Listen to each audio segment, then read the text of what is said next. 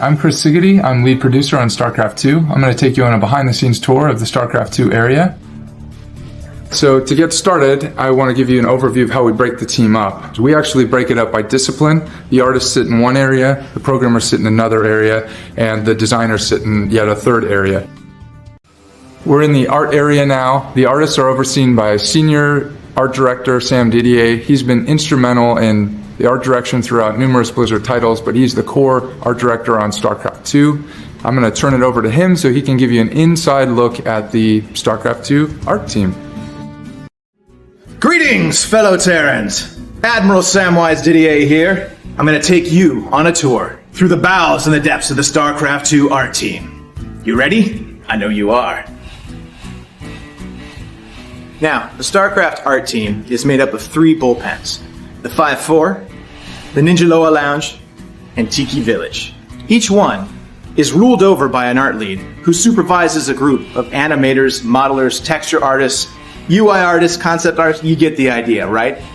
Now, we do have a few artists that operate autonomously from these bullpens.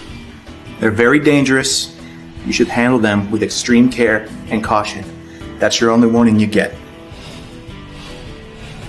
Now, the StarCraft art team is one of the oldest teams here at Blizzard. It's also one of the smallest, consisting of about 15 artists, but 5 of them grizzled veterans from the original StarCraft. So, when we were making art for StarCraft 2, we didn't want to stray too far away from what the fans love, but we didn't want to rehash the same stuff we did 10 years ago. So we tried to stick to what we thought were the basic meat and potato units in the game. An example, when you think of Terrans, you think of Marines, siege tanks, battle cruisers, right? But everything else that's not the essential, they weren't so lucky. Poor Firebat. It's a good thing we made this big wall-hanging poster. All right, well, I guess it's time to muster the crew and get down to some business. Go on. Zzz.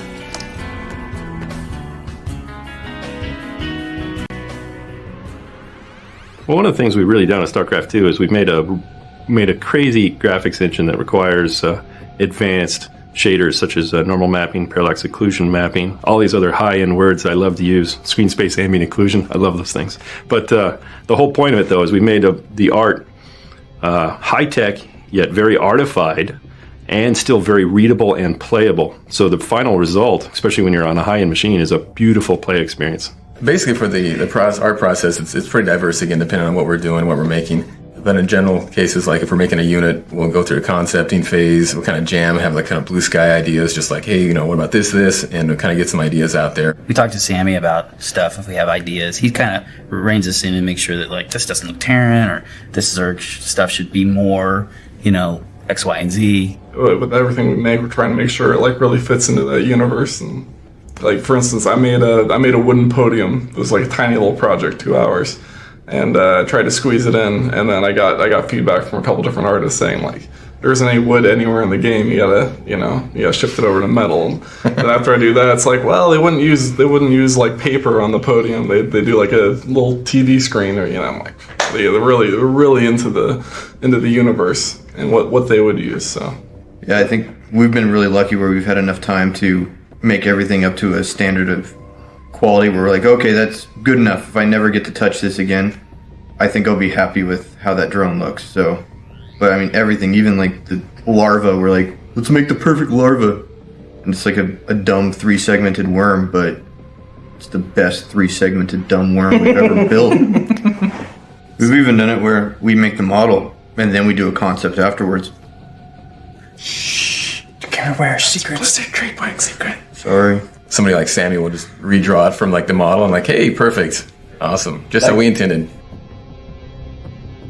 For most of us, it's being a jack of all trades, being able to take stuff from nothing all the way to a final textured model, lit, ready to go in game. And then I give all my stuff to Jay, who makes it look cool.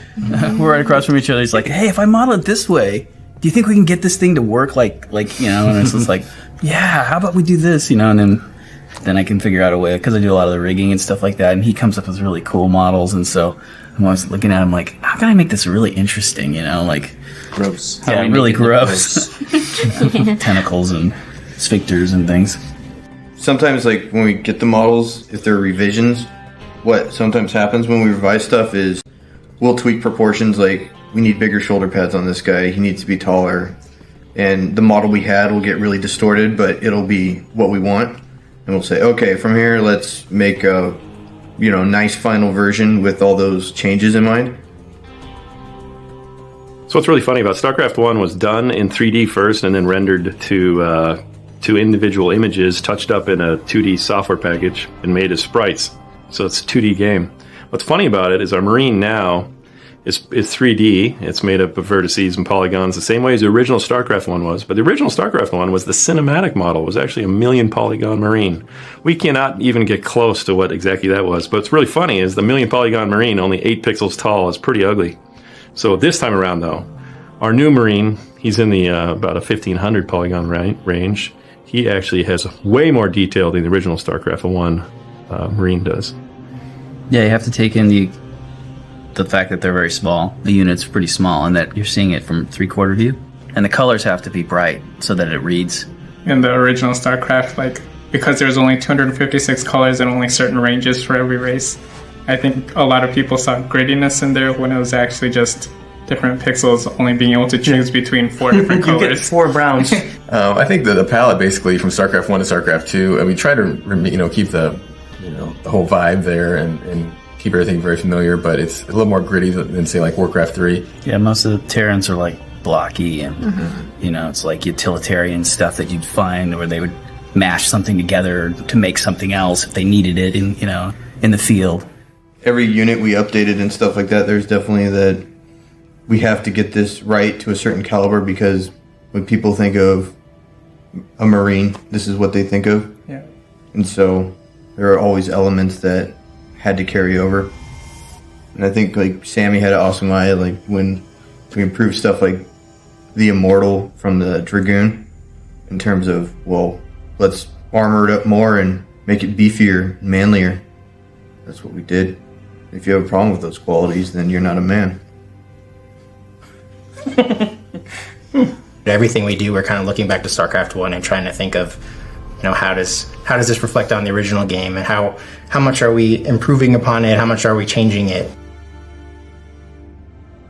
The artists will a lot of times get something in looking the way they want it to look, and there's constantly this evaluation from QA looking at the performance on each individual unit and each individual effect, and it kind of comes back saying, hey, this one is too fat, and then the hard choices have to start being made of where's that balance, how much do we cut it down, and can we still get it to look as good as they're trying to get it to look while performing well enough to support our goals for frame rate and stuff like that. So yeah, I think there's a lot of push and pull there. Some things are worth it, where it's like, hey, like the nuke, it's got to be over the top, it's got to be cool. If it's expensive, then if we got an arrow on one side, I don't care if the plant or like the little, the bottom of the Marine foot is as detailed as like the top of like the mothership or something really cool like that. So we kind of be smart about where we get bang for the buck at. I'd say if you wanted to get into the business, that you have to really enjoy, doing, at least from an art point of view, like building models and creating things and drawing and stuff like that. If that's something that you really geek out on and you really love, then this is a good place for you. Basically just getting in there and learning the hardware, no matter if it's Maya or Max or Blender or whatever, and just get in there and trying to learn the basics of it. Because once you get that down, it doesn't matter what program you use, the fundamentals are all the same. Photoshop. Yeah. And We do everything in Photoshop. Everything's in Photoshop. I don't know, you just gotta keep at it and keep wanting to improve yourself, and if you see something that's inspiring to you and awesome, try and figure out what makes that art cool and just keep busting your ass until you're getting up to that same level of quality. And if you know someone else who's doing good art, and just ask them, pick their brain and just be like, tell me what you know. If they don't tell you, tie them up, drive out to a lake and ask them again. If they don't tell you,